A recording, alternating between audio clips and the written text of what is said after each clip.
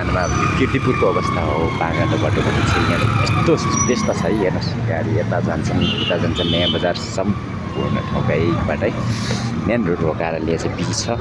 यो तल चाहिँ पागा जाने त्यो बाटो हो र यस्तो जाने यो पट्टि राराइल हुँदै त्यो माथि नेपाल टेलिकम किर्तिपुरको नेपाल टेलिकम त्यो जाने बाटो। यहाँ चाहिँ किर्तिपुर चाहिँ एकदम अब के मान्छेहरूको भिड बस्ने हुन्छ। यहाँ पढ्ने विद्यार्थी बढी जसो भएको कारण यहाँ चाहिँ अब बल्खुबाट आउने क्रममा यहाँ यही स्टेसन हो, यही झर्ने गर्छ। यहाँ चाहिँ अब उता बल्खुबाट आउँदाखेरि यहाँ आरएनसीबाट पनि यता पाउने गर्छ।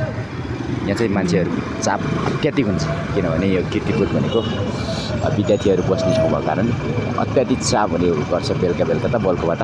अहिले पनि गाडी त लागिरहेछ।